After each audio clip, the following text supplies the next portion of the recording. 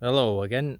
I have to apologise for that last video I did on this because I didn't realise I was lackadaisy that day, and I didn't realise I recorded it in portrait mode, and it was a bit of a naff video for me personally. I know some of you liked it, the detail I put in, but I thought I'll do it again in landscape so you get a better idea of it. The old Freelander Mark 1 facelift. Not much has changed since I last recorded it a few weeks ago, whenever it was.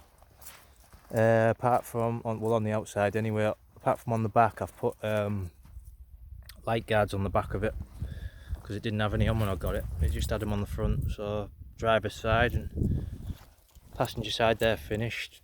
The tyres are the same. They're going to be coming off at some point because for all they look the part, they look the dog's bollocks, but on tarmac they're an absolute twat and they drown everything out. You can't hear yourself think. I've done a couple of modifications to the engine. I've got another one to do, and I'll show you them in a second.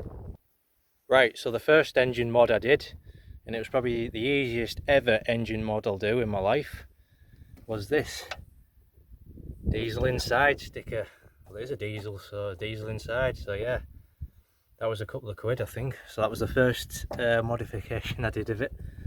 And then the other one I just did last week, which was this, blanking the EGR, or bypass the EGR valve, so that's gone for a burden, that's history. And then the other one I've got to do, which is on order, is to take this off again, because I took it off last week when I was doing the EGR valve. After finished that, and I thought, well, while I've got it in bits, I'll have a look. Take the back of the rocker cover off, or the engine cover, sorry, and it needs the modified crankcase breather putting in because it hasn't been done. So I took it out. You've got to unplug the injectors, take the injector wiring loom off, etc, etc, and then you can take all the breather kit out and the oil separator, and it is the old foam type and it is clogged with oil, so I need to get that done ASAP before I end up regretting it. So that's on order, so I'll get that done by next week. But other than that, there's nothing else to do under the bonnet, I hope. It is what it is. I am going to get it tuned again eventually at some point. I've got a tuning box to go on it when I've done the other jobs around it. And it's had its letters blacked out on the bonnet lip as well. I think originally it would have started off with silver ones. I'm not complaining, I think they look better in black personally. I think the SE badge will have been done as well. I think, like I said, they'll all have been silver I think when it left the factory. There's the back, they've all been done as well. Now you can't see very well for the shade, but it is a TD4 model.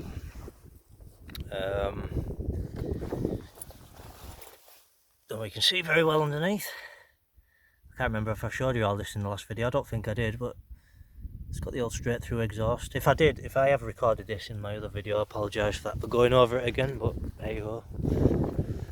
It did have a bike carrier on the roof. I took that off last week, I think. I do have a mountain bike, but I don't like them personally. I don't like them on the roof. I've got a spare wheel carrier for that. But inside, not a lot's changed, I don't think. Oh no, it's locked. Only got the driver's door open at the minute. No, not much has changed inside. Pretty much the same as it was. There's not really anything to modify inside. Oh, it's got the old trademark Land Rover saggy headlining, with or without sunroof. You still get it, but there's no sunroof to worry about pissing water in. What else has it got? Oh yeah, it's got an oil leak on the prop at the back somewhere. Get down on my back. It's under here somewhere. Oh, there it is. So I've got an oil seal to go in the back of there to get that sorted out. If I don't do it, it's only going to get worse. It's still got its props on, so yes, it's still in 4-wheel drive. The tank carrier is looking a bit worse for wear. Yes, it is a bit rusty underneath, but probably not as bad as most. Personally, I think it's got a long way to catch up to a Discovery or Range Rover, in fairness.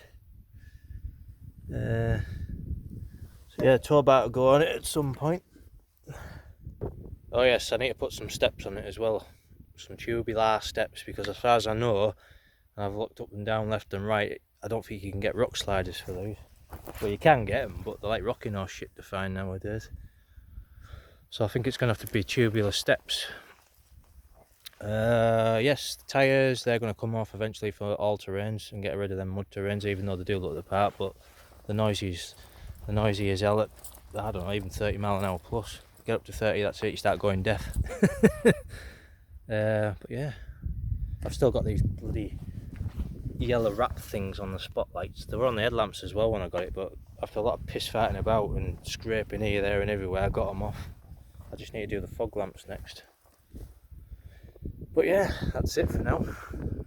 Get that job done on the engine for peace of mind, make me sleep better.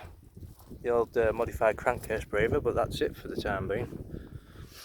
If I remember and if I get my ass into gear, then I'll be back, I don't know, next couple of months or so with an update to see what there is to do next, if there is anything. Most of the donkey work's been done on it for me, so just keeping up with the maintenance now. Toodaloo.